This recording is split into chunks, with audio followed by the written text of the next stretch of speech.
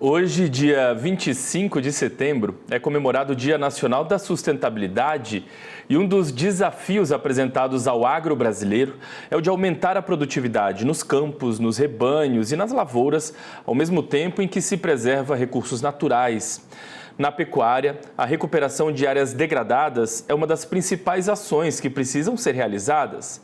Vamos saber como o produtor pode adotar, então, práticas regenerativas na minha conversa de agora ao vivo com a engenheira florestal e gerente de marketing de campo da linha pastagem da Corteva AgriScience, a Thaís Lopes. Thaís, primeiramente, seja bem-vinda com a gente. Um bom dia, tudo bem? Bom dia, tudo bem? Thaís, para a gente começar então conversando aqui, queria que você falasse para a gente, quando a gente fala em pecuária sustentável, do que exatamente a gente está falando? Que tipo de práticas já fazem parte da nossa realidade aqui, dessa realidade no Brasil, quando a gente fala em uma pecuária sustentável, por exemplo?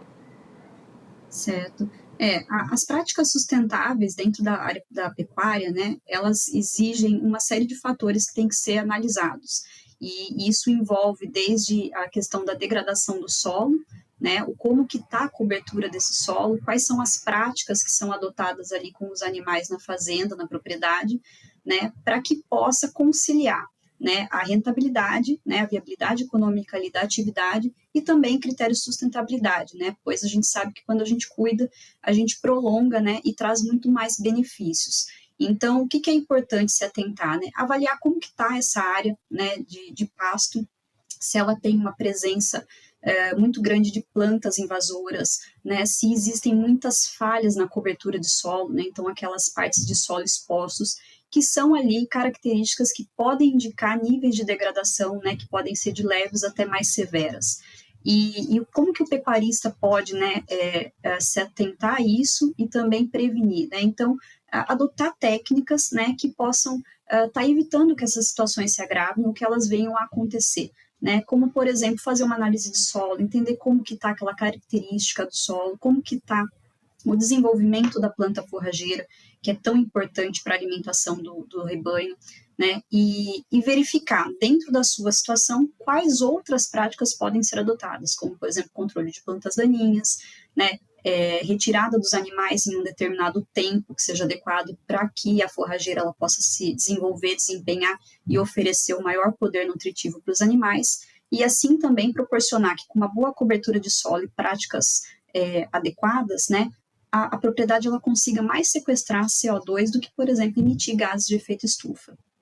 Pois é, a gente sabe que a degradação de pastagens, de fato, ainda é um dos grandes desafios do setor.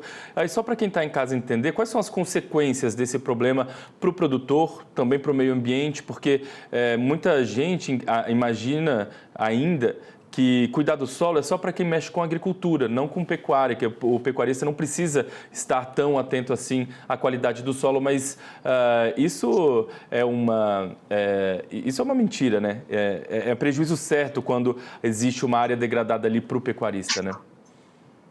Exato, né? E existe, né, uma cultura, né, de que realmente pastagens não precisam de tanta atenção quanto a agricultura, né?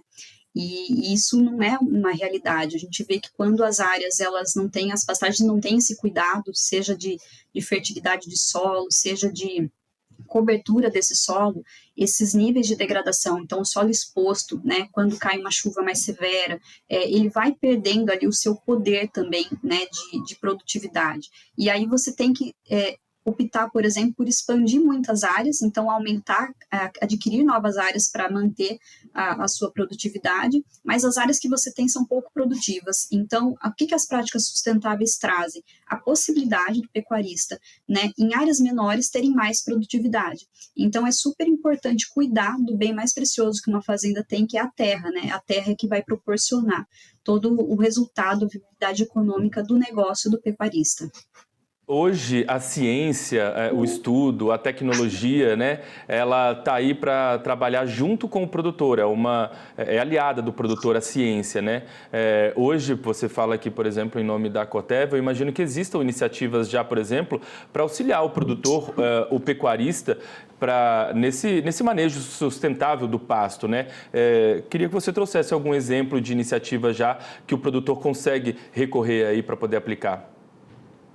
Perfeito, né? Os cuidados eles podem vir desde, né, uma linha de produtos que tem ali cuidados com sustentabilidade, então baixas doses de produto por hectare, né? E também existem iniciativas como nossa aspiração é proporcionar, né, ali uma produtividade, né, que cuide dessa sustentabilidade nas propriedades. Nós temos inclusive um programa, né, que chama Plataforma S. Dentro dele a gente tem um que chama Hectare S, né? E qual que é o objetivo desse programa? Justamente para pequenos produtores que têm baixo acesso à tecnologia, né, entenderem como que funciona a adoção de práticas tecnológicas com produtos, com cuidado de fertilidade de solo, com manejo do rebanho, né, na área, para poder potencializar os resultados da propriedade, levando aumento de arrobas por hectare, então mais animais, né, por área, e também cuidando de todos os outros pontos, né, como, por exemplo, ali a capacidade de produção mesmo do rebanho, o alcance de água, por exemplo, na propriedade, que é super importante. Essas iniciativas que nós temos, né, elas são iniciativas que elas cuidam desde a análise e o levantamento de como estão essas áreas, para mostrar para o pecuarista quais são os pontos de sugestão de melhoria.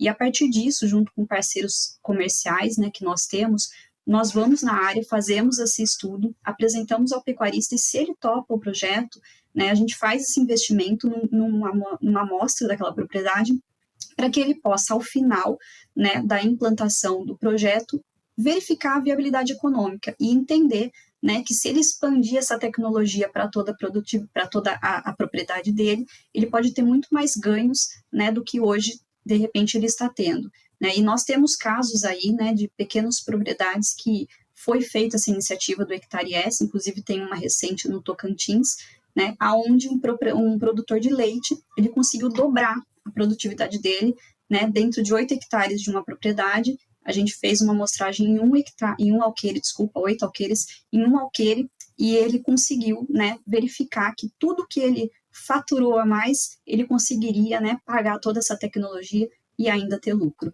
Então, essa iniciativa ela visa levar, né, essas possibilidades para quem ainda não tem acesso.